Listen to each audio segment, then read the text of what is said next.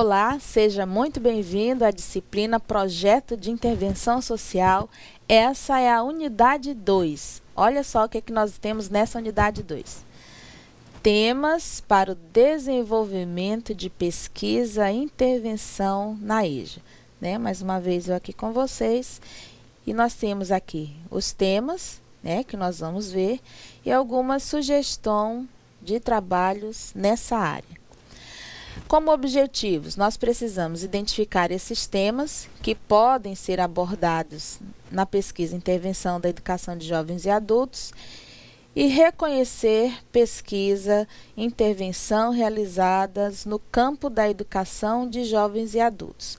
Obviamente que nós tratamos aqui de educação de jovens e adultos, que é a nossa pós-graduação na diversidade e inclusão social. Então, para a construção do meu projeto de intervenção social, o que eu preciso saber? O que eu preciso ter em mente? Eu preciso ter em mente um tema que possa ser abordado na educação de jovens e adultos. Então, nós colocamos aqui para você, pulverizamos alguns temas.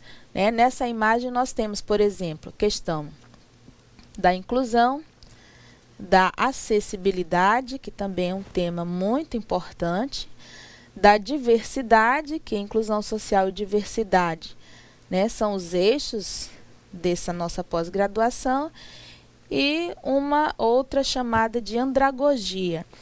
A andragogia, ela é um tema que está direcionado especificamente à educação de jovens e adultos. Então, aqui nós não poderíamos abordar o tema, por exemplo, educação infantil, porque esse não é o nosso público. Então, nós não podemos tratar de educação infantil em um curso de jovens e adultos. É por isso que nós pontuamos, então, esses temas para que você possa nortear o seu projeto de pesquisa. Também as disciplinas que foram trabalhadas no curso são importantes serem retomadas. Veja só o que nós temos aqui.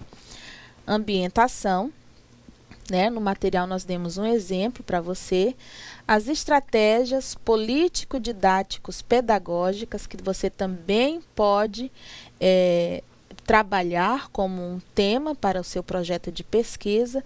Sujeitos da EJA, que é um tema que foi trabalhado pelo professor Davis, e essas estratégias aqui foi pela professora Fabíola.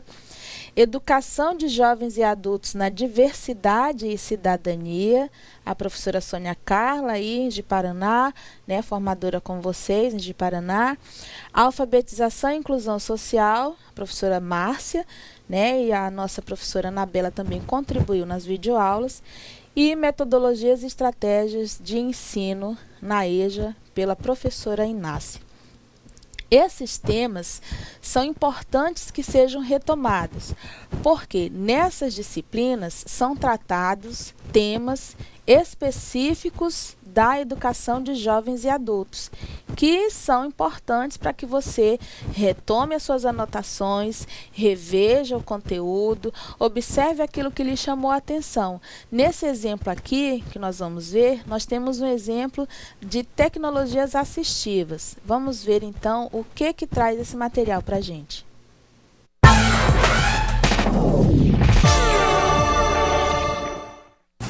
Hoje nós vamos falar sobre um assunto muito interessante. Engana-se quem pensa que um cego não pode usar o computador ou até mesmo uma tela touchscreen. Pois é, sabe por quê? Eles têm softwares que permitem que tudo que está na tela seja transformado em áudio. Por isso, hoje a gente vai conversar com a professora Ana Maria, juntamente com a aluna Suelen, para contar um pouquinho para a gente da rotina de estudos e como que a Suelen faz para acessar a internet, estudar, navegar e tudo mais. Sejam bem-vindas. Obrigada, Ariane. Vamos começar falando aqui com a professora Ana Maria para ela explicar quais foram as melhorias que o IFRO fez para atender a demanda dos alunos cegos. Cada professor vai fazendo a sua adaptação. Eu considero legal porque a professora Leide, ela fez da seguinte forma: ela acrescentou 1 hora toda sexta-feira, ela dá essa 1 hora de aula extra, né, para a Suelen. Ela revisa o conteúdo que foi trabalhado durante a semana, durante essa 1 hora que ela tem na sexta-feira. Isso faz com que o aluno, aquilo que não ficou muito claro na aula, possa ser esclarecido na sexta. E aí eu recomeço a minha semana já com o meu conteúdo bem bacana junto com a minha turma. Outra adaptação que eu considero bacana é o scanner. Então, todas as postagens que os professores fazem no AVA, a gente pega aqueles livros, os textos, e nós colocamos nesse scanner e ele vai transformar aquilo que é um texto, vai transformar em áudio. Agora, professora, como que funciona esse auxílio que a senhora oferece para a Suelen no dia a dia?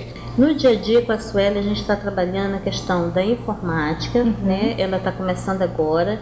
Ela ainda está no reconhecimento de teclado. A gente está utilizando o DOSVox, que é um programa que foi desenvolvido no Rio de Janeiro, e a gente utiliza porque ele foi pensado exclusivamente para a pessoa cega. Como a professora falou, você está iniciando no DOSVox. Quais são as dificuldades que você ainda enfrenta para poder acessar a internet? Assim, o que eu encontro ainda dificuldade, porque não são todos os programas no computador que o programa DOSVox chega. Mas, por outro lado, já ajuda, já facilita, porque eu conhecendo o DOSVox, eu posso ir procurar arquivos, posso colocar nomes numa disciplina, posso editar texto, posso fazer um trabalho, qualquer coisa. Eu posso, com ajuda, auxílio ao DOSVox, mas nada melhor com esse programa, o DOSVox, que a pessoa criou pensado em nós, pessoas assim que não enxerga, de estar facilitando e ajudando no uso da internet, no uso do computador para fazer o reconhecimento no teclado, porque a partir do momento que eu faço reconhecimento do teclado, acessando o DOSVox, eu vou me direcionar em cada programa, vou me informar nas horas, se eu quiser saber a hora sem estar perguntando, vou estar nos textos, vou estar no teste de teclado e várias outras funções do computador eu posso fazer normalmente com o auxílio do programa DOSVox. O que você acha que podia ter de melhorias nessa interação computador e pessoas cegas?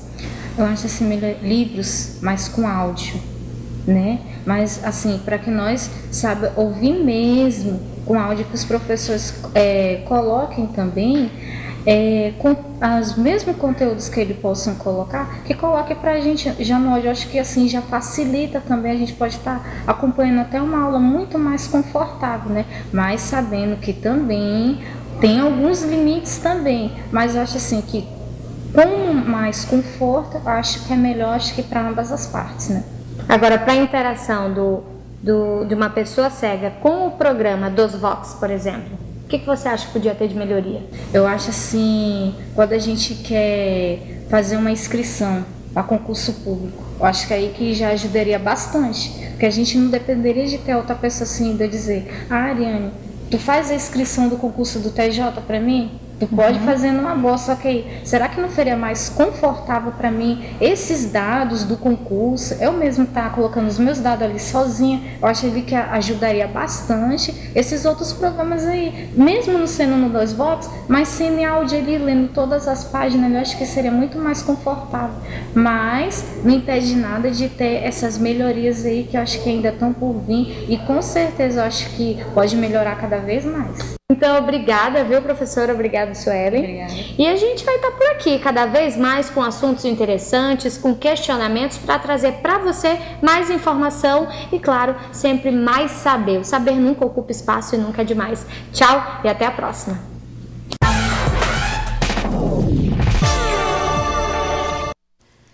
Você viu nessa entrevista a tecnologia, um exemplo de tecnologia assistiva. Então, um programa de computador desenvolvido para cegos. E aí a nossa aluna Suelen, que é do curso de Gestão Pública, né, um curso superior tecnológico, fazendo o uso dessa ferramenta. Esse tema é um tema que pode ser abordado no seu projeto de pesquisa e intervenção. Um outro tema interessante também é o que nós temos aqui nessa figura, que é a questão da diversidade. Então, na diversidade, você inclui as pessoas portadoras de necessidades, né, inclui também outros grupos étnicos que também têm as suas especificidades. Por exemplo, nós vimos que a professora Vera Lúcia, ela disse que os projetos de pesquisa e intervenção, eles partem de um problema. E o problema, ele sempre é representado por uma pergunta. Então, na questão da diversidade, como alfabetizar indígenas em seu contexto? É uma questão. Por que priorizar a identidade e a cultura de populações quilombolas? Né? Se tratamos de educação de jovens e adultos, então nós partimos dos princípios e dos pressupostos que essa população tem identidade, tem cultura que precisam ser preservadas. Nesse exemplo da matéria que nós vimos, nós tratamos de uma tecnologia que considera as necessidades e as especificidades de uma cega, né, que são tecnologias que foram pensadas e trabalhadas para pessoas com necessidades específicas.